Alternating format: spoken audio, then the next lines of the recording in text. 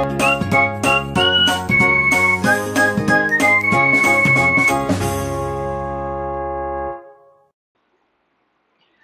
everyone, welcome to my channel Medico Prime Education. So today we have lecture number 3 and इस lecture में हम लोग देखेंगे जो रिकॉम्बिनेंट डीएनए टेक्नोलॉजी का हम लोग पिछले लेक्चर में टूल्स के बारे में डिस्कस किए थे। अब उस टूल्स को यूज करके अब उसका प्रोसेसिंग में यूज करेंगे। ठीक है, ये जो प्रोसेस है ना, सारा जो जेनेटिक प्रोडक्ट है बायोटेक्नोलॉजी से जो बनता है प्रोडक्ट है, तो वो प्रोडक्ट बनाने के लिए यही प्रोसेस से गुजरना होता है हमें। तो ये प्रोसेस को जानना हमारे लिए बहुत इंपॉर्टेंट है। ठीक है ना। तो सबसे पहले हम लोग देख लेते हैं कि प्रोसेस क्या क्या सब प्रोसेस है। ठीक है, सबसे पहले हम लोग क्या करेंगे, डीएनए के फ्रेगमेंट को आइसोलेट करेंगे। ठीक है, डीएनए के फ्रेगमेंट को सबसे पहले हम लोग क्या करेंगे, आइसोलेट करेंगे। ठीक है, सॉरी, एक सबसे पहले हम लोग क्या करेंगे, डीएनए को आइसोलेट करेंगे। उसके बाद इस डीएनए को फ्रेगमेंट करेंगे, मतलब तोड़ेंगे। मतलब क्या करेंगे, इस पे रेस्ट्रिक्शन एंडोन्यूक्लियस एक्ट करेंगे। अब जब इसको तोड़ेंगे तो इसका मात्रा बहुत कम है। ठीक है, तो इसके मात्रा को बढ़ाने के लिए हम लोग पीसीआर को यूज करेंगे। ठीक है, तो हम लोग इसका क्या चीज का यूज करेंगे, पीसीआर का। ठीक है, अब क्या करेंगे, उसको लाइगेट करेंगे डीएनए फ्रेगमेंट्स। अब क्या करेंगे, वेक्टर लेंगे। अब उस वेक्टर में इस डीएनए फ्रेगमेंट को जोड़ देंगे, इसको करेंगे लाइगेट। ठीक है, अब इस वेक्टर डीएनए को हम लोग होस्ट में ट्रांसफर करेंगे। होस्ट में ट्रांसफर करेंगे जहां पे ये मल्टीप्लाई होगा। इसके लिए ट्रांसफर करने के लिए का जो प्रोसेस है ना, उसको बोलते हैं जीन ट्रांसफर। ठीक है, अब ट्रांसफर कर दिया, अब इसका सिलेक्शन करेंगे। ठीक है, इसका सिलेक्शन दो तरीके से सिलेक्शन मैं बताऊंगा। अब उसके बाद सिलेक्शन करके अब इससे हम लोग प्रोडक्ट ऑब्टेन करेंगे। प्रोडक्ट ऑब्टेन करने के बाद उसका हम लोग डाउन स्ट्रीम प्रोसेसिंग करेंगे। ठीक है, जिसमें हम लोग क्वालिटी चेक करते हैं। तो ये सब सारा चीज प्रोसेस है, 8 स्टेप है, याद रखना है हमें। ये जो डायग्राम है ना, इस तरीके से याद रखो, तो रटना नहीं है। देखो ये क्वेश्चन ये ना एमसीक्यू में आता है, मतलब अरेंज करने के लिए देता है। तो इस टाइप का क्वेश्चन आता है, इसलिए इसको याद रखो, है ना। चलो देखो, अब क्या करते हैं हम लोग, आइसोलेट करते हैं। जो पहला प्रोसेस है हमारे पास, उसमें हम लोग क्या करेंगे, आइसोलेट करेंगे। तो जो व्हीकल डीएनए है उसको हम लोग सेल को क्या करेंगे, सेल को लाइस करेंगे। सबसे पहले सेल को तोड़ेंगे, सेल का मेम्ब्रेन को हटाएंगे एक सुटेबल एंजाइम से। तो एंजाइम क्या क्या सब था मैंने पिछले लेक्चर में बताया। बैक्टीरिया को डिसोसिएट करने के लिए, बैक्टीरिया का जो सेल है उसको लाइस करने के लिए लाइसोजाइम यूज करते हैं। तो इस तरह का जो है एंजाइम हम लोग यूज करेंगे। तो हम लोग सेल को लिए, उसको एंजाइम के साथ ट्रीट किए और डिटर्जेंट के साथ ट्रीट किए। ठीक है, कौन कौन सा, जैसे कि फिनॉल के साथ, प्रोटीएज के साथ, राइबोन्यूक्लियस के साथ। और उसका क्या करते हैं हम लोग, अल्ट्रा सेंट्रीफ्यूगेशन करते हैं। अल्ट्रा सेंट्रीफ्यूगेशन करने के समय क्या करते हैं, उसको मतलब इस तरीके से घुमाते हैं, तो डीएनए जो होता है वो प्रिसिपिटेट, नीचे डीएनए प्रिसिपिटेट हो जाता है। ठीक है, अब इस प्रिसिपिटेट डीएनए को कैसे प्रिसिपिटेट करते हैं हम लोग, इसमें ऐड कर देते हैं चिल्ड इथेनॉल, ऐड करते हैं। ठीक है, चिल्ड इथेनॉल ऐड करने के बाद हम लोग डीएनए को बाहर निकाल लेते हैं, डीएनए को बाहर निकाल लेते हैं by the process of spooling, by the process of spooling method. ठीक है, तो ये सब सारा प्रोसेस है। तो फ्रेगमेंटेशन किससे होता है, उसके बाद हम लोग रेस्ट्रिक्शन एंडोन्यूक्लियस एंजाइम एक्ट करते हैं, फ्रेगमेंट करते हैं। ठीक है, तो ये सारा प्रोसेस आपको बस इतना लिखना है इसमें। ठीक है, आपको बस इतना लिखना है इस स्टेप में। आगे का स्टेप मैं आपको बताऊंगा। ठीक है, आगे का स्टेप आपको फ्रेगमेंटेशन वाले में बताऊंगा। ठीक है ना। तो देखो, इसको मैं थोड़ा सा एक ही में लिख दिया हूँ, इसके लिए सॉरी फॉर दैट। देखो ये कैसे होता है स्पूलिंग, ये है तेरा प्रोसेस।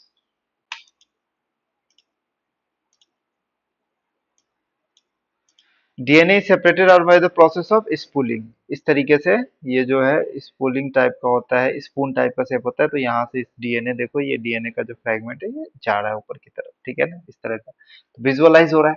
चलो, अब अपन को क्या करना है, अब नेक्स्ट जो प्रोसेस है हमारा, जिसको बोलेंगे फ्रेगमेंटेशन। तो फ्रेगमेंटेशन करने के लिए अब ये जो डीएनए है, इस पे हम लोग इसको तोड़ेंगे by the enzyme of, by the restriction endonuclease act करेगा। ठीक है, तो वही प्रोसेस, अब ये वाला प्रोसेस सेकेंड स्टेप में आपको लिखना है पूरा। जो फ्रेगमेंटेशन है डीएनए को किससे होगा, रेस्ट्रिक्शन एंडोन्यूक्लियस एंजाइम से। तो रेस्ट्रिक्शन एंडोन्यूक्लियस एंजाइम में व्हीकल डीएनए को और वेक्टर डीएनए को, मतलब पैसेंजर डीएनए और व्हीकल डीएनए दोनों को हम लोग सेम आरी से कट करेंगे। ठीक है। और उसके कारण क्या होगा, स्टिकी एंड जनरेट होगा। ठीक है, स्टिकी एंड पता है किस किस कौन एंजाइम से, इको आर वन से क्या होता है, सॉरी इको आर वन, हाँ इको आर वन से क्या होता है, स्टिकी एंड जनरेट होता है। Separation of DNA fragments from the gel electrophoresis. ठीक है, तो जेल कौन सा यूज करते हैं इसमें, एग्रोस जेल करते हैं, जिसको बोलते हैं नेचुरल पॉलीमर, जिससे सी वीड से एक्सट्रैक्ट होता है।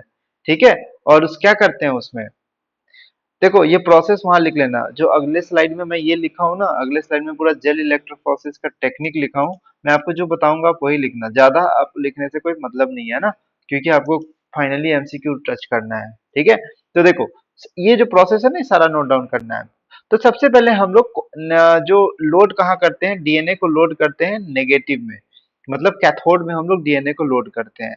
तो नेगेटिवली चार्ज डीएनए एनोड की तरफ भागेगा। ठीक है, ये तेरा है कैथोड, ये तेरा है कैथोड, और ये तेरा है एनोड। कैथोड क्या होता है, अनायन, और एनोड क्या होता है, कटायन। ठीक है, पॉजिटिव चार्ज। तो ये कैथोड है, तो इस पे हम लोग नेगेटिवली चार्ज डीएनए डालेंगे, तो ये नेगेटिवली चार्ज डीएनए इससे रिपेल करके ये इधर भागेगा।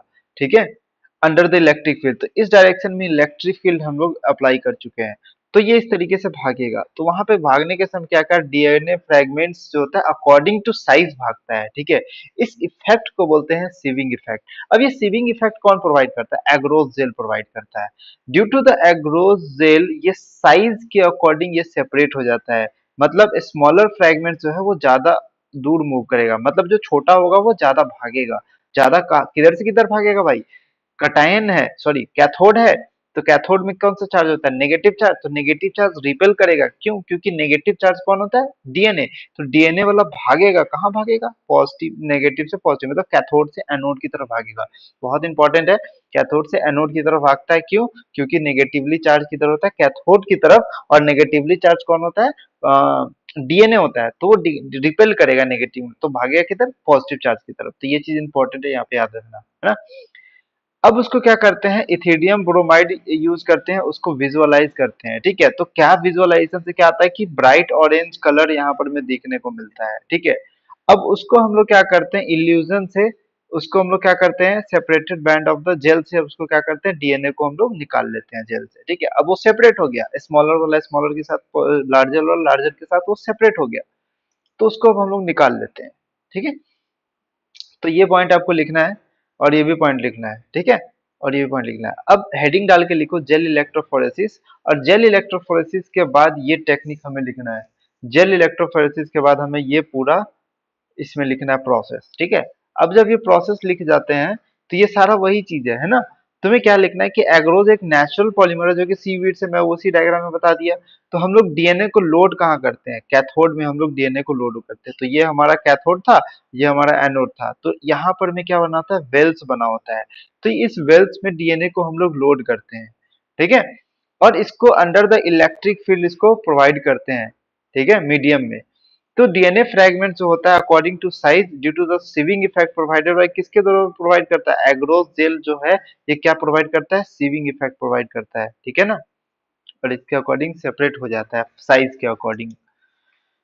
तो अब ये सेपरेट हो गया, तो उसको क्या करते हैं हम लोग, ethidium bromide followed by UV rays transfer करते हैं, ताकि प्योर डीएनए फ्रेगमेंट्स वहां पर हमें दिखता है विदाउट स्टेनिंग। ठीक है, ये स्टेटमेंट वाइज क्वेश्चन बन सकता है कि हम लोग विदाउट स्टेनिंग देखते हैं प्योर।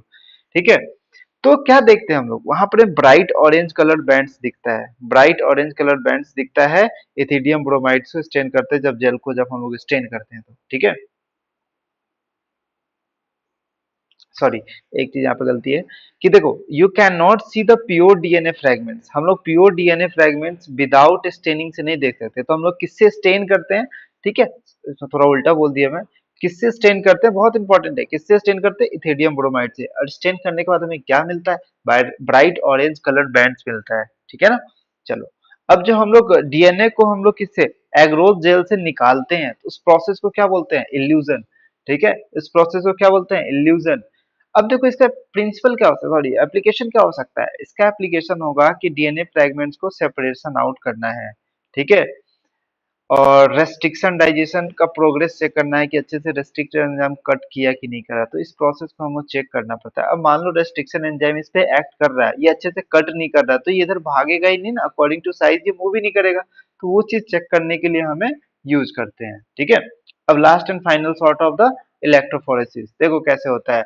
आर से कट किए, ये 4 फ्रैगमेंट मिला। ठीक है, अब ये 4 फ्रैगमेंट इतना बड़ा बड़ा फ्रैगमेंट है, कोई इतना छोटा है, तो ये जो स्मॉलेस्ट फ्रैगमेंट लार्जेस्ट फ्रैगमेंट है वो यहीं पे रह जाएगा। स्मॉलेस्ट फ्रैगमेंट कैथोड से एनोड की तरफ भागेगा।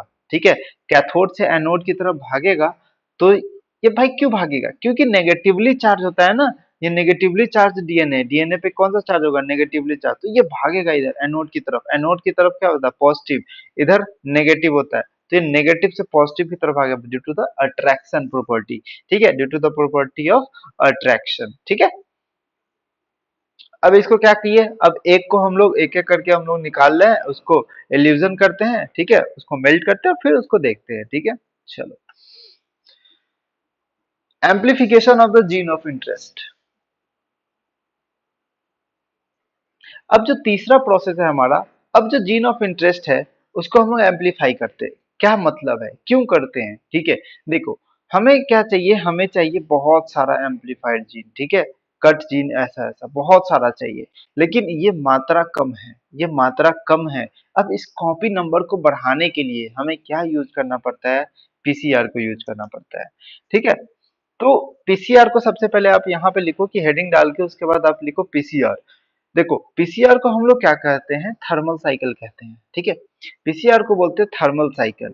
ये किसने इन्वेंट किया था? कैरी म्यूलर में इन 1983, ये क्वेश्चन है। ठीक है, क्या यूज होता है? Amplification of the DNA.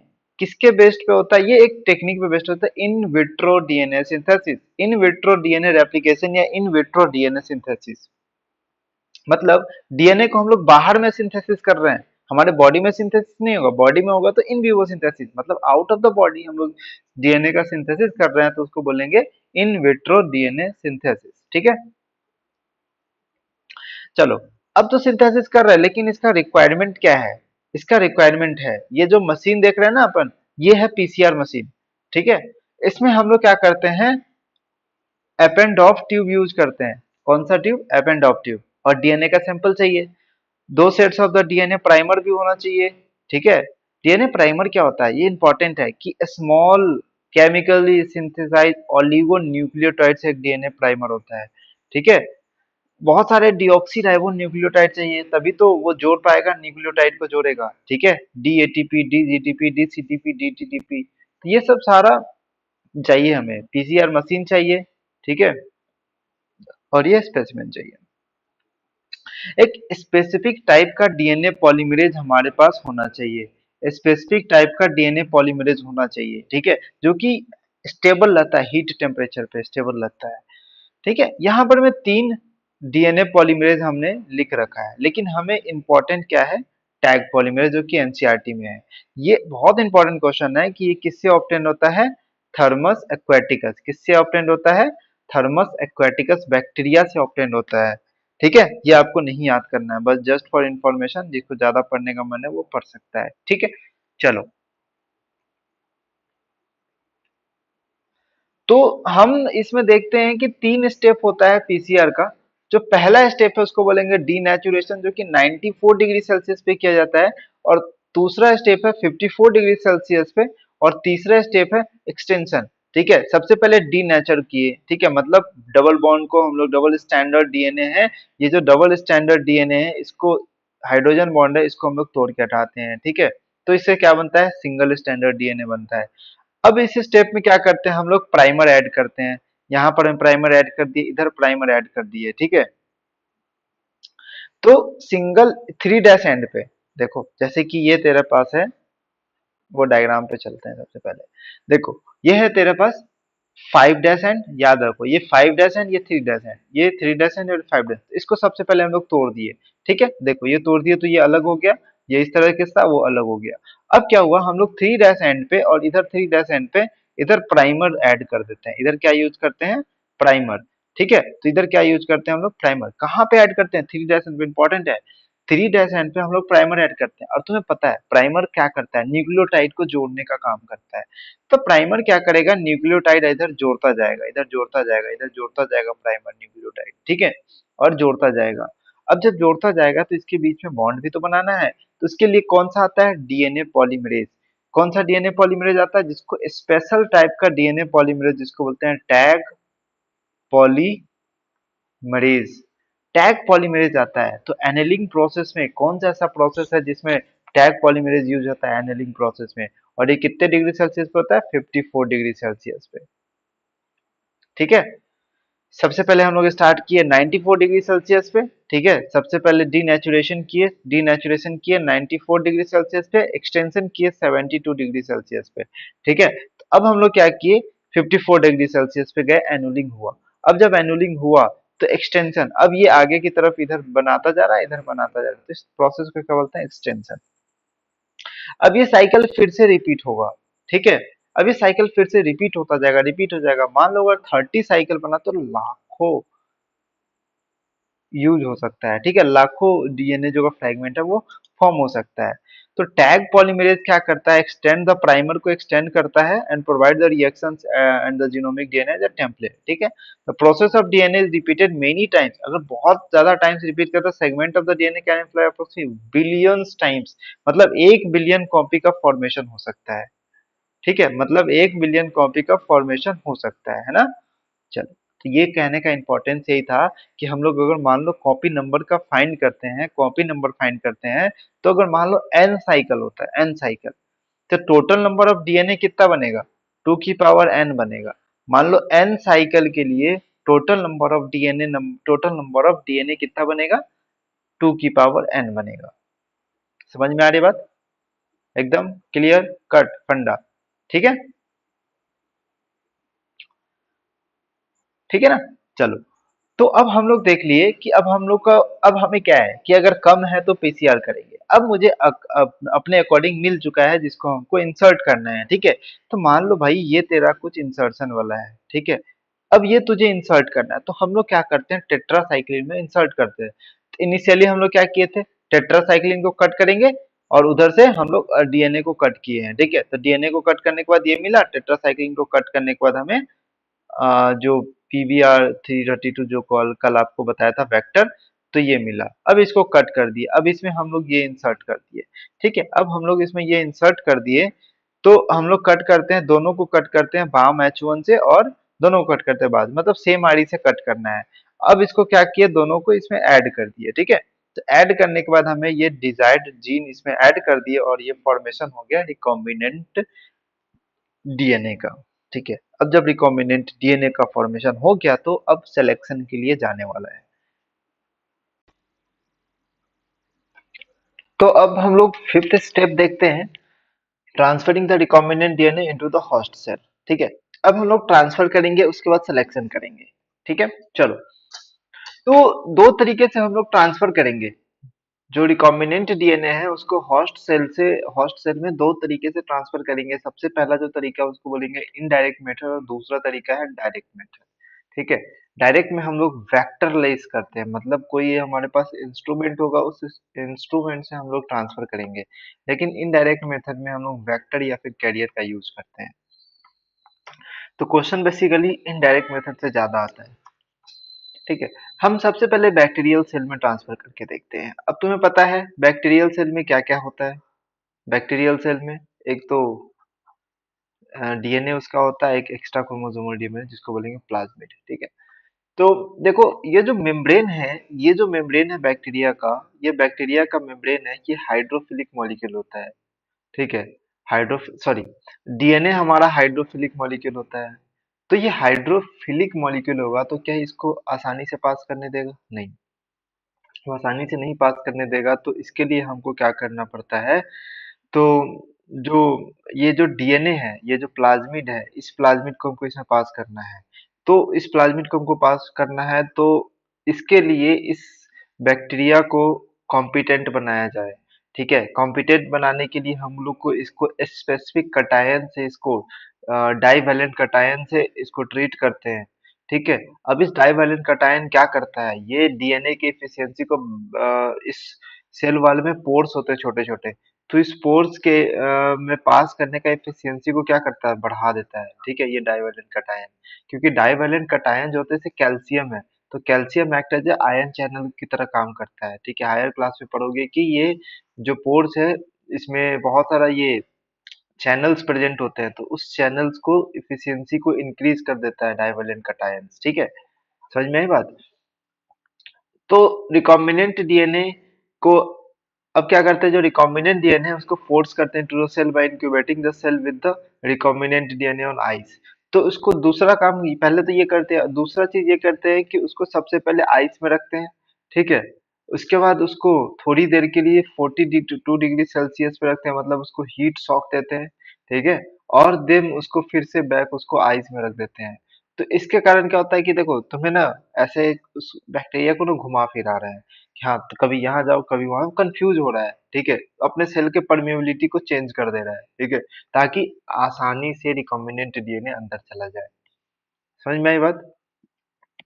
तो bacteria to be used should be without plasmid. एक चीज यहाँ पर मैं देखो कि मैंने यहाँ पे प्लाज्मिड बनाया है, लेकिन यहाँ पर प्लाज्मिड नहीं होगा। तो हमें ऐसा बैक्टीरिया लेना है जिसके पास प्लाज्मिड नहीं हो। ठीक है, और होस्ट सेल को किससे ट्रीट करा जा सके, ये क्लोराइड से। ठीक है, कैल्शियम क्लोराइड से इसको ट्रीट करा जा सकता है। ठीक है, दो इंपॉर्टेंट पॉइंट है, विदाउट प्लाज्मिड वाला लेना है। तुम्हें एनसीईआरटी में इतना लिखा हुआ है तो इसको इतना करके चलो। ठीक है, चलो, gene transfer in plant cell. तो प्लांट सेल में जीन ट्रांसफर कैसे होता है, इसके लिए हम लोग यूज करते हैं बैक्टीरियम, जो एक बैक्टीरिया यूज करते हैं, इसको बोलते हैं एग्रोबैक्टीरियम टमीफेसियंस। ठीक है, ये क्या करता है, ये जो बैक्टीरिया है ना प्लांट में, क्रॉन गॉल डिजीज कॉज करता है, जिसको या फिर प्लांट ट्यूमर, जितने भी डाइकॉट प्लांट होते हैं ना उसमें ये क्या करता है, प्रोड्यूस करता है क्रॉन गॉल डिजीज या फिर प्लांट ट्यूमर। ठीक है, तो ट्यूमर किससे फॉर्मेशन होता है, tumour formation is induced by it's plasmid, therefore it's called TI plasmid. तो इसका जो प्लाज्मिड होता है ना, इसका जो प्लाज्मिड है ये ट्यूमर फॉर्मेशन करता है। ठीक है, नॉर्मली ये ट्यूमर फॉर्मेशन करता है, तो इसको बोलेंगे ट्यूमर इंड्यूसिंग प्लाज्मिड। तो हम इसको डायरेक्ट नहीं ले सकते हैं, तो हम इसे डायरेक्ट नहीं ले सकते हैं, इसीलिए agrobacterium टम्मीफेसियंस naturally transfer the some part of the TI plasmid to the host plant cell without any human effort, so it is called natural genetic engineer। तो ये नेचुरली ये टीआई प्लाज्मिड जो होता है अपना कुछ पार्ट होस्ट प्लांट डीएनए में डाल देता है। ठीक है, इस ट्रांसफॉर्मेशन दो इंपॉर्टेंट कंपोनेंट होता है, जैसे कि टीडीएनए ट्रांसफर डीएनए और वायरुलेंस डीएनए विर डीएनए। इसको बोलेंगे विर डीएनए और टीडीएनए, ट्रांसफर डीएनए और वायरुलेंस डीएनए। अब प्लांट सेल में क्या होता है कि टीडीएनए को सेपरेट किया जाता है टीआई प्लाज्मिड से। ठीक है, और उस हॉट सॉरी और उसको इंटीग्रेट कर दिया जाता है, डाल दिया जाता है होस्ट प्लांट डीएनए में, जो कि क्रॉन गोल्ड ट्यूमर करता है। ठीक है, लेकिन वहीं पे विर रीजन जो है gene containing which essential for T transfer DNA, उसको भी क्या करते हैं, होस्ट प्लांट डीएनए में इंट्रोड्यूस कर देते हैं। जब हम लोग टीआई प्लाज्मिड को वेक्टर की तरह यूज करते हैं ना, तो हम लोग उसको पहले ट्यूमर को रिमूव करते हैं, ट्यूमर कॉजिंग जीन को रिमूव करते हैं, जिसको टीआई जीन बोलते हैं। ठीक है, जिसको टीआई जीन बोलते हैं, तो सबसे पहले मुझे उसको रिमूव करना होगा। ठीक है, तो ये सब था जो नॉर्मली हो रहा था। ठीक है, ये सब था जो नॉर्मली हो रहा था, लेकिन हमको ऐसा नहीं होने देना है। हमें ऐसा नहीं होने देना है, इसके लिए हम लोग ट्यूमर कॉजिंग जीन को सबसे पहले हटाएंगे, और जब उसको हटा देंगे फिर उसको हम लोग डालेंगे। ठीक है, ये जो प्रोसेस करने से पहले हम लोग सबसे पहले उसको हटाएंगे। ठीक है, उस ट्यूमर कॉजिंग जीन को, फिर उसके बाद उसको इंसर्ट करेंगे। अब जब हम लोग हटा देंगे, मान लो ये ट्यूमर कॉजिंग जीन है इतना पार्ट, तो इतना पार्ट को हटा दिए, तो इस पार्ट को क्या बोलेंगे, ये पूरे को डिसआर्म्ड प्लाज्मिड बोलेंगे। ठीक है, डिसआर्म्ड प्लाज्मिड हो गया वो। ठीक है,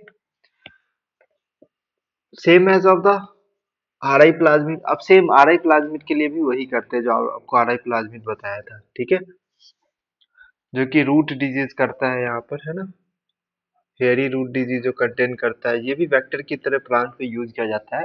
सेम चीज वही करेंगे कि आर आई प्लाज्मिड को लो, जो आर आई प्लाज्मिड जो ट्यूमर इंड्यूसिंग होता है वो।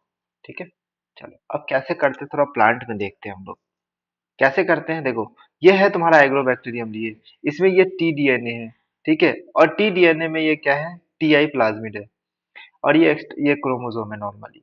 तो इसको हम लोग इंट्रोड्यूस करते हैं, इसको हम लोग इंट्रोड्यूस किए, तो यहाँ पर भी ट्रांसफॉर्म प्लांट सेल बन गया, और यहाँ पर ट्यूमर कॉज कर रहा है। ठीक है, तो T DNA introduce into the host cell, अब इसको होस्ट सेल में इंट्रोड्यूस कर दिए है। ठीक है, और ये ट्यूमर यहाँ पर में कॉज कर रहा है। तो इस तरीके से करता है ट्यूमर कॉज, ठीक है। सिंपल है। जीन ट्रांसफर, एनिमल में जीन ट्रांसफर करते हैं via the help of retrovirus, ठीक है। और रेट्रोवायरस को भी डिसआर्म्ड होना चाहिए क्योंकि ये चीज हमारे बॉडी में कुछ कॉज नहीं करना चाहिए, ठीक है। चलो, डायरेक्ट मेथड क्या है? डायरेक्ट मेथड क्या है? इलेक्ट्रोपोरेशन। मतलब ये क्या करता है, ये टेम्पररी पोर कर देता है प्लाज्मा मेम्ब्रेन में ताकि आसानी से डीएनए इंटर कर सके। दूसरा है केमिकल मीडिएटेड जेनेटिक ट्रांसफॉर्मेशन। अब क्या करते हैं, इसमें केमिकल्स यूज करते हैं जैसे कि पॉलीइथाइलिन ग्लाइकोल टैग यूज करते हैं, help to uptake the foreign DNA into the host cell. तो ये क्या करता है, सेम चीज वही है कि फॉरजिन डीएनए को होस्ट सेल में अपटेक होने से हेल्प करता है। माइक्रो इंजेक्शन में क्या करते हैं, स्मॉल माइक जो इंजेक्शन ग्लास नीडल होता है या माइक्रो पीपेट होता है उसको हम लोग एनिमल सेल में इंट्रोड्यूस करते हैं। ये बहुत ज्यादा इंपॉर्टेंट है, यहाँ से स्टेटमेंट वाइज आता है कि ये प्लांट सेल में इंट्रोड्यूस नहीं करते, एनिमल सेल में इंट्रोड्यूस करते हैं, ठीक है। पार्टिकल गन या बायोलिस्टिक या जीन गन मेथड, इसमें क्या करते हैं, ये महंगा होता है थोड़ा क्योंकि इसमें टंगस्टन और गोल्ड पार्टिकल्स को कोट कर देते हैं सबसे पहले फॉरेन डीएनए में, ठीक है। ये फॉरेन डीएनए है तेरा, तो इस पे टंगस्टन या गोल्ड पार्टिकल इस पे कोट कर देते हैं, फिर इसको बॉम्बार्ड कराते हैं टारगेट सेल पे, ठीक है। लाइपोसोम मेडिएटेड जीन ट्रांसफर, इसमें क्या होता है, डीएनए को हम लोग एक लिपिड मेम्ब्रेन में, लिपिड बैग में पैक कर देते हैं और इस बैग को फ्यूज कर देते हैं प्रोटोप्लास्ट। क्यों लिपिड को क्यों करते हैं? क्योंकि जो मेम्ब्रेन होता है ना वो लिपिड परमिएबल होता है, ठीक है। लिपिड को आसानी से आने जाने देगा, लेकिन ये जो डीएनए है ये आसानी से नहीं आने जाने देगा, ठीक है। समझ में आ गई बात लिपिड को। चलो, अब हमारा जो मेन एम है सिलेक्शन, यहाँ से क्वेश्चन थोड़ा सा घुमा के पूछता है। तो यहाँ पे मैं जो जैसा कॉन्सेप्ट बता रहा हूँ ना, एक एक करके वैसे वैसा हम लोग समझते जाएंगे, ठीक है। सबसे पहले हमारा जो पहला प्रोसेस स्टार्ट हुआ था, हमारा पहला प्रोसेस स्टार्ट हुआ था ये पीबीआर 322 है, ये वेक्टर डीएनए। आपको सारा चीज बताया था कि उसमें एम्पिसिलिन रेसिस्टेंट जीन होता है, टेट्रासाइक्लिन रेसिस्टेंट जीन होता है, ठीक है, होता है ना। तो अब हम लोग क्या करेंगे, फॉरेन डीएनए को लिए और इस दोनों को कट किए, इसको भी कट किए, इसको भी कट किए, by the help of same R known as PAM-H1 cut किए थे, ठीक है। चलो, अब जब कट कर दिए थे तो यहाँ पर एम्पिसिलिन रेसिस्टेंट जीन आया था, ठीक है ही। ये जीन तो कंटेन है लेकिन टेट्रासाइक्लिन रेसिस्टेंट जीन उड़ गया। टेट्रासाइक्लिन रेसिस्टेंट जीन क्या हो गया, उड़ गया। और यहाँ पर मैं डिजायर्ड जीन को भी कट कर दिए और इसको हम लोग इसमें क्या कर दिए, फिट कर दिए। तो इसको हम लोग फिट करें, ये देखो डिजायर्ड जीन कुछ इस तरीके से बनाया हुआ है, ठीक है। ये इसी का कॉपी है, मतलब इसी तरीके का दिखाने के लिए, ठीक है ना। चलो, छोटा छोटा चीज है जिसको ध्यान देना पड़ेगा। तो ये क्या है, यहाँ पर अगर मान लो एक दूसरा दो कंडीशन हो सकता है, या तो एक में ये हो जाए, एक में ये चला जाए, नहीं तो नहीं जाए। या तो चला जाए या तो नहीं जाए। अगर नहीं जाएगा तो ये एज इट इज ही रह जाएगा, अपना पॉलीमराइज करके ये एज इट इज हो जाएगा। लेकिन अगर चला जाए तो उसको हम लोग बोलेंगे डिजायर्ड जीन इंसर्ट हो गया और उसको बोलेंगे रिकॉम्बिनेंट वेक्टर डीएनए, ठीक है। लेकिन अगर नहीं गया तो नॉन रिकॉम्बिनेंट हो गया। तो हमारे यहाँ पर में जो पहला स्टेप आ रहा है उसको बोलेंगे नॉन रिकॉम्बिनेंट और दूसरा स्टेप आ रहा है रिकॉम्बिनेंट, ठीक है। दूसरा चीज हमारे पास ये निकल के आया। अब आगे हम लोग क्या देखते हैं, आगे देखो, आगे देखो जो ट्रांसफॉर्मेशन हम लोग करते हैं। देखो हम लोग तीन मीडियम लेते हैं, ठीक है। तो हम लोग क्या करते हैं कि मीडियम में सबसे पहले हम लोग इसको ट्रांसफर करते हैं किसमें, एक मिनट रुक जाओ, transformant with non recombinant DNA. तो हम लोग क्या करें, इसको ट्रांसफर किए नॉन रिकॉम्बिनेंट डीएनए में, ठीक है। अब नॉन रिकॉम्बिनेंट डीएनए और ट्रांसफॉर्मेंट कैसे पहचानते हैं, जैसे कि मान लो जैसे कि मान लो हम लोग इसको एम्पिसिलिन रेसिस्टेंट जीन में ग्रो कर रहे हैं, ठीक है। तो यहाँ पर में हमारे पास अब ट्रांसफॉर्मेशन कर दिए तो ये तीन तरह का प्लाज्मिड है भाई, तीन तरह का बैक्टीरिया है, जिसमें एक तो लाइगेटेड वाला था, जो पहला वाला जो था नॉन ट्रांसफॉर्मेंट जिसमें हम लोग जीन नहीं डाल पाए थे, वो वाला आ गया। और दूसरा ऐसा बैक्टीरिया लिए जिसमें जिसमें रिकॉम्बिनेंट डीएनए बन चुका था, ये देखो पिछले में दूसरा वाले में ये डाले और पहले वाले में ये डाले और ऐसा है जिसमें प्लाज्मिड ही नहीं है, ऐसा बैक्टीरिया है जिसमें प्लाज्मिड ही नहीं है लेकिन बैक्टीरियल क्रोमोसोम है, उसको बोलेंगे नॉन ट्रांसफॉर्मेंट। नॉन ट्रांसफॉर्मेंट मतलब क्या होता है कि जिसमें हमारे पास ये वेक्टर डीएनए ही नहीं गया, वेक्टर डीएनए ही नहीं गया, उसको बोलेंगे नॉन ट्रांसफॉर्मेंट। समझ में आई बात? तो ये इसको तो पहले ही डेथ हो गया, ये तो पहले ही डेथ हो गया, इसका कोई मतलब नहीं है। लेकिन ये दो जो है, पहला और दूसरा, ये दो दोनों जो है, अब इसको हम लोग क्या करेंगे, अब इसको सबसे पहले हम एम्पिसिलिन मीडियम में ग्रो करेंगे। तो तुम बताओ कि इसके पास एम्पिसिलिन रेसिस्टेंट जीन है, इसके पास भी है, तो ये दोनों ग्रो कर जाएगा। ठीक है, इसके पास एम्पिसिलिन रेसिस्टेंट जीन है, तो ये दोनों इसमें ग्रो कर रहा है। तो देखो ये दोनों बढ़िया मस्त एकदम ग्रो कर रहा है। ठीक है, ये दोनों मस्त आराम बढ़िया से ग्रो कर रहा है। ठीक है, तो दोनों इसमें सरवाइव करेगा, रिकॉम्बिनेंट। लेकिन जो पहला स्टेप था, ये स्टेप और ये दूसरा स्टेप, ठीक है, ये दोनों स्टेप में देखो हमें कुछ मिला नहीं।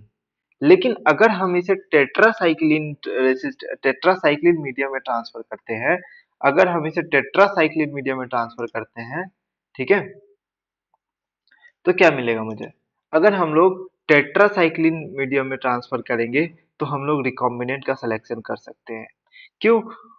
देखो, रिकॉम्बिनेंट मैंने क्या बोला था कि जिसके पास इंसर्शन हो गया हो, जिसके पास इंसर्शन नहीं हुआ हो, यहाँ पे मैं वो भी बना दे रहा हूँ। ठीक है, यहाँ पे मैं वो भी बना रहा हूँ जिसके पास नॉन रिकॉम्बिनेंट था। ये बैक्टीरियल डीएनए था, ये तुम्हारे पास ये था, ठीक है, और यहाँ पर में ये दोनों जीन था। तो ये एक बात बताओ, ये लाइव रहेगा या फिर डेड हो जाएगा? अब देखो, टेट्रासाइक्लिन मीडियम है, तो इसके पास टेट्रासाइक्लिन रेसिस्टेंट जीन है, ये सरवाइव कर सकता है टेट्रासाइक्लिन, तो ये लाइव रहेगा, ये डेड नहीं होगा। लेकिन यहाँ पर में इसका टेट्रासाइक्लिन रेसिस्टेंट जीन इनएक्टिव हो गया है due to the insertional inactivation. इस प्रोसेस को क्या बोलते हैं? Insertional inactivation. ठीक है, तो ये डेथ हो गया, तो जो डेथ हो गया वही रिकॉम्बिनेंट डीएनए होता है। ठीक है, जिसका डेथ हो गया, अब इसका डेथ हो गया, तो इससे हम लोग वेक्टर डीएनए अब निकाल सकते हैं। ठीक है, तो इसका डेथ हो गया भाई, तो ये क्या हो गया? रिकॉम्बिनेंट डीएनए हो गया। ठीक है, लेकिन इसमें एक तरीका का खामियां है। क्यों? क्योंकि इसमें सबसे पहले इस मीडियम में भेजो, फिर उस मीडियम में भेजो, फिर इस मीडियम में भेजो, इसमें बहुत लफड़ा है। उसके लिए हमारे पास दूसरा एक तरीका है जिसको बोलेंगे लैक जेड वाला तरीका, लैक जेड। ठीक है, और एक antibiotic resistant gene, one lac Z gene selection by one lac gene, one antibiotic resistant gene. तो इसका दूसरा एक तरीका है जो कि देखो ये थोड़ा सा ट्रबल सम होता है, ये जो पहला वाला प्रोसेस है वो ट्रबल सम होता है, और साइमल्टेनियसली प्लेटिंग करने में दो प्लेट हैविंग, जिसके पास एंटीबायोटिक है वो प्लेट एंटीबायोटिक का प्लेटिंग करने में हमको जरूरत पड़ रहा था, जैसे पेनिसिलिन लिए थे, टेट्रासाइक्लिन लिए थे, ये सब सारा जरूरत पड़ रहा था। लेकिन जब हम लोग एक अल्टरनेटिव मार्कर हम लोग डेवलप किए जो कि डिफरेंशिएट करता है directly recombinant from non recombinant on the basis of ability to produce colour, ताकि वो कलर, आपको ये लाइन लिखना है, ठीक है, इस प्रोसेस में, in on the basis of their ability कि वो किस तरह का कलर प्रोड्यूस कर रहा है, क्रोमोजेनिक सबस्ट्रेट जिसको बोलते हैं। ठीक है, तो क्रोमोजेनिक सबस्ट्रेट लेते हैं, जैसे कि इस केस में क्रोमोजेनिक सबस्ट्रेट क्या है? Lac Z. ठीक है, तो सॉरी सबस्ट्रेट है ना, क्रोमोजेनिक सबस्ट्रेट क्या है? एक्स गैल। ठीक है, तो एक्स गैल के प्रेजेंस में अगर मान लो प्लाज्मिड के पास इंसर्ट नहीं हुआ, तो नॉर्मली देखो, नॉर्मली एक्स गैल क्या करता है, एक्स गैल क्या करता है, बीटा गैलेक्टोसाइडेज के प्रेजेंस में ये ब्लू कलर का फॉर्मेशन करता है। ठीक है, ब्लू कलर का एक कंपाउंड बनता है, डाइमराइजेशन करके कंपाउंड बनता है, इतना मत याद रखो, लेकिन इतना याद रखो कि नॉर्मली अगर इंसर्शन नहीं हुआ है, ठीक है, अगर जीएनए इंसर्ट नहीं हुआ है, तो क्या एक्स गैल जीन तो रहेगा ना उसके पास? ठीक है, एक्स गैल जीन तो रहेगा, लैगजेड जीन, जो लैगजेड जीन है वो तो एक्टिव रहेगा। अब जब लैगजेड जीन एक्टिव रहेगा तो वो कौन सा सब्सट्रेट बनाएगा? एक्स गैल बनाएगा। देखो, हमारे पास क्या होता था कि लैगजेड जीन होता था कहाँ? लैक ओपरॉन में। हमारे पास लैक ओपरॉन में लैगजेड जीन होता था। अब वो लैगजेड जीन में एमआरएनए बना, फिर क्या बना? बीटा गैलेक्टोसाइडेज का फॉर्मेशन करा। तो ये जो बीटा गैलेक्टोसाइडेज है, ये क्या करता है? एक्स गैल को, जो कि कलरलेस होता है, एक्स गैल को कलरलेस होता है, वो गैलेक्टोज प्लस और कोई सब्सटेंस इसमें बनाता है, और ये जो सब्सटेंस है, वो जो सब्सटेंस डाइमराइज करके क्या बनाता है? ब्लू कलर का फॉर्मेशन करता है। ठीक है, नॉर्मली ये करता है, नॉर्मली। ठीक है, लेकिन अगर मान लो इसमें हम लोग लाइगेशन कर दिए, ठीक है, इसको मान लो नॉर्मली करता है, ये सेल्फ लाइगेटेड प्लाज्मिड है, ये जो तुम देख रहे हो सेल्फ लाइगेटेड प्लाज्मिड है।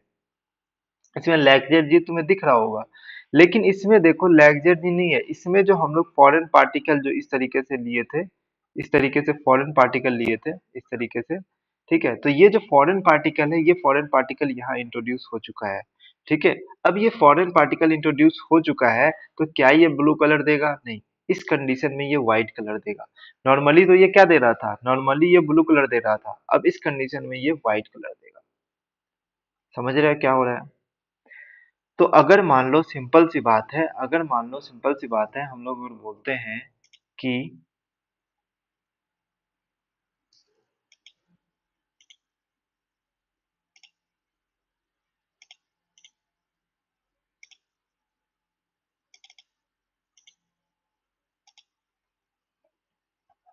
ये देखो, अगर मान लो हमें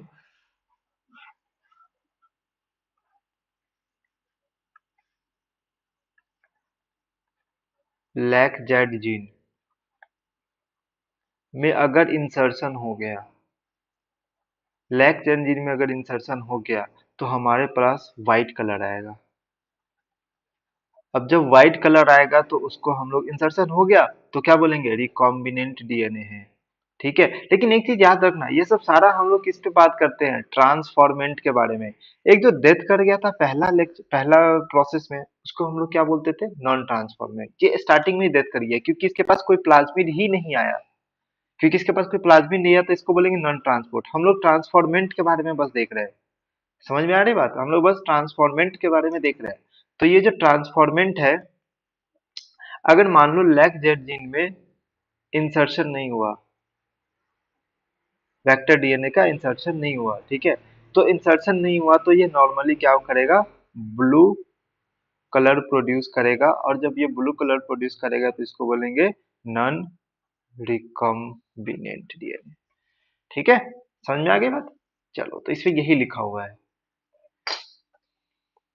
तो अगर मान लो कोडिंग सीक्वेंस में एंजाइम में अगर हम लोग इंसर्ट कर दिए, उसको बोलेंगे इंसर्शनल इनएक्टिवेशन। ठीक है, तो क्रोमोजोनिक सबस्ट्रेट में बीटा गैलेक्टोसाइडेज क्या करेगा? रिपोर्टर एंजाइम है जो कि कॉलोनी प्रोड्यूस नहीं होने देगा, कोई भी कलर प्रोड्यूस नहीं होने देगा। ठीक है, और एज अ रिकॉम्बिनेंट हम लोग उसको बोलेंगे। ठीक है, आप एग्जैक्टली पढ़ना, ये सब लिखा हुआ है उसमें, आप चाहो तो इसको भी नोट डाउन कर सकते हैं। चलो, अब हम लोग सारा काम समाप्त हो चुका है, हम लोग सिलेक्शन हो चुका है।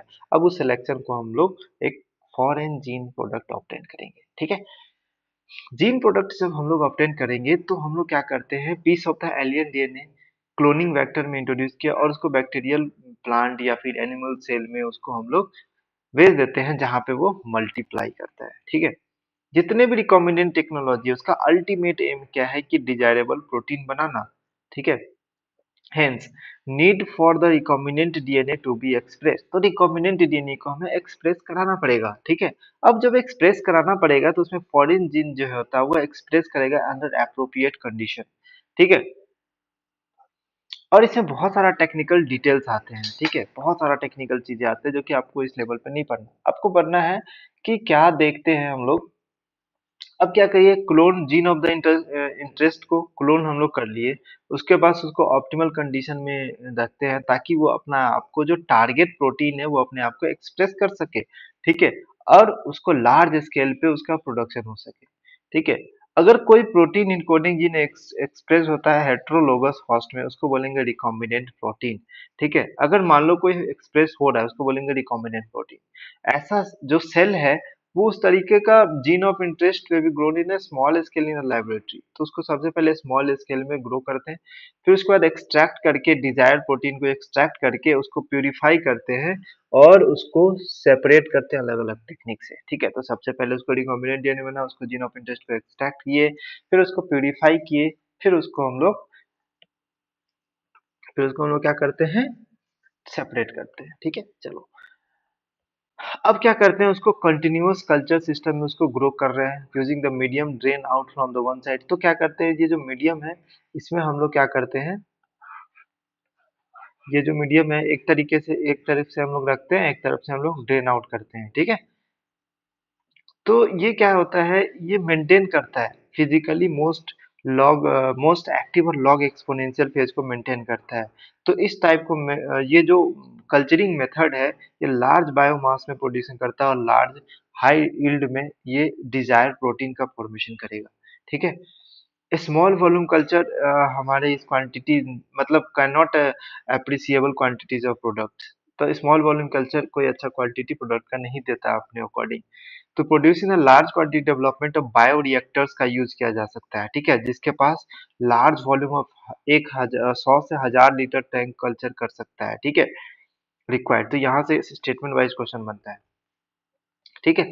10 bioreactor can therefore use vessels. इसमें ऐसा वेसल्स है जिसमें रॉ मटेरियल जिसको बायोलॉजिकली कन्वर्ट करता है कोई प्रोडक्ट्स को। इसमें एंजाइम्स होते हैं। ठीक है, रॉ मटेरियल्स होते हैं। ठीक है, यूजिंग माइक्रोबियल प्लांट एनिमल्स और ह्यूमन सेल्स। ठीक है, bioreactor provide the optimal condition provide करते हैं। ये दो इंपॉर्टेंट लाइन है जिससे क्वेश्चन बनता है। Desired product by providing the क्या करता है ऑप्टिमल ग्रोथ कंडीशन प्रोवाइड, जैसे कि temperature, pH, substrate, salt, vitamin और ऑक्सीजन, ये सब प्रोवाइड करता है। Most commonly use bioreactors are stirred type. यहाँ से स्टेटमेंट वाइज क्वेश्चन है कि most commonly bioreactor stirred type. तो दो तरह का होता है, सिंपल स्टीयर्ड और स्पार्स्ड स्टीयर्ड। स्पार्स्ड स्पार्स्ड स्टीयर्ड। ठीक है, ये देख लो, ये दोनों डायग्राम इंपॉर्टेंट है। स्पार्स स्टीयर में ये क्या होता है, यहाँ पर जो सरफेस एरिया इंक्रीज हो जाता है क्योंकि increase surface area oxygen transfer यहाँ पर ज्यादा होता है। ठीक है, इसमें क्या होता है फोम ब्रेकर्स होता है। अगर मान लो फोम जम गया, ठीक है, कल्चरल ब्लॉट, इस एरिया में कल्चरल ब्लॉट होता है, फ्लैट प्लेट होता है। ठीक है, और कल्चरल ब्लॉट ये क्या करता है, दोनों कल्चर को क्या करता है पूरा घुमाता रहता है। अब जब फोम बनेगा तो वो ऊपर आएगा, तो फोम को ब्रेक करने के लिए एक ब्रेकर होता है, फोम ब्रेकर्स। ठीक है, यहाँ से एक मैटर ये सिस्टम है जहाँ से हम लोग एसिड बेस पीएच कंट्रोल कर सकते हैं। ठीक है, स्टीम फॉर स्टेरलाइजेशन के लिए हम लोग यहाँ पर डालते हैं। ये मोटर है, ये घूमता है। ठीक है, यहाँ मोटर लगा होता है और ये घूमता है इस तरीके से। ठीक है, यहाँ पे मीटर लगा होता है। स्टेराइल लेयर हम लोग यहाँ से बाहर निकालते हैं।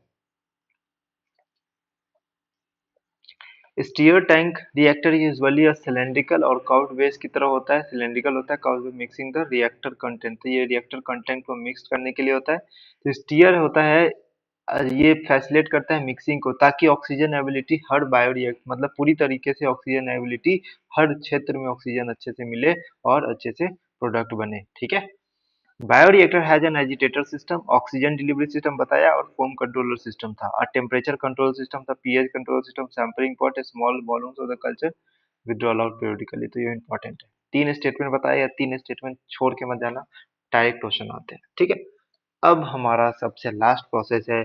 अब मेरे पास सारा चीज बन चुका है, प्रोडक्ट रेडी है।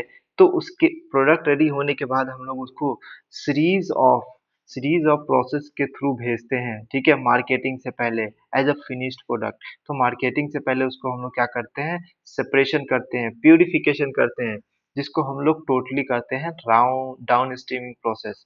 तो ये क्वेश्चन है कि separation and purification totally collectively called as downstreaming process। तो क्या करते हैं, प्रोडक्ट एक सुटेबल फॉर्मुलेटिव प्रिजर्वेटिव्स में रखते हैं, उस फॉर्मुलेशन को क्लिनिकल ट्रायल्स के लिए भेजते हैं। जैसे कि अगर ड्रग्स है तो उसको क्लिनिकल ट्रायल्स के लिए भेजते हैं। स्ट्रिक्ट क्वालिटी कंट्रोल टेस्टिंग होता है। ठीक है, down stream process and quality control very from, अलग अलग प्रोडक्ट के लिए अलग अलग तरीके से डाउन स्ट्रीमिंग प्रोसेस और क्वालिटी कंट्रोल होता है। तो समझ में आई आपको ये बात, किस तरीके से मैं यहाँ पर मैं एक एक चीज डिस्कस कर रहा हूँ। ये सारा प्रोसेस आपका हो चुका है। ठीक है, ये सारा प्रोसेस आपका समाप्त हो चुका है। तो ये प्रोसेस का ना सीक्वेंस याद रखना। सीक्वेंस जो आता है ये क्वेश्चन इंपॉर्टेंट है। ठीक है, सीक्वेंस में बहुत बार आ चुका है, तो इसीलिए ये इंपॉर्टेंट, हर साल एक दो और साल छोड़ के आता है। ठीक है ना, इस साल नहीं आता, अगले साल आएगा। तो देखो, ये है हमारा पूरा बायोटेक्नोलॉजी का प्रिंसिपल एंड प्रोसेस। अब जो हमारा अगला चैप्टर स्टार्ट होने वाला है उसको बोलेंगे बायोटेक्नोलॉजी का एप्लीकेशन। ठीक है, अब जो हम लोग प्रोसेस पढ़े हैं ये प्रोसेस सबको आना चाहिए। ठीक है, ये प्रोसेस सबको आना चाहिए, तभी आप बायोटेक्नोलॉजी का प्रिंसिपल ये एप्लीकेशन आप समझ सकते हैं, है ना। तो चलिए हम लोग मिलते हैं नेक्स्ट वीडियो में, तब तक के लिए पढ़ाई करते रहें। All the best.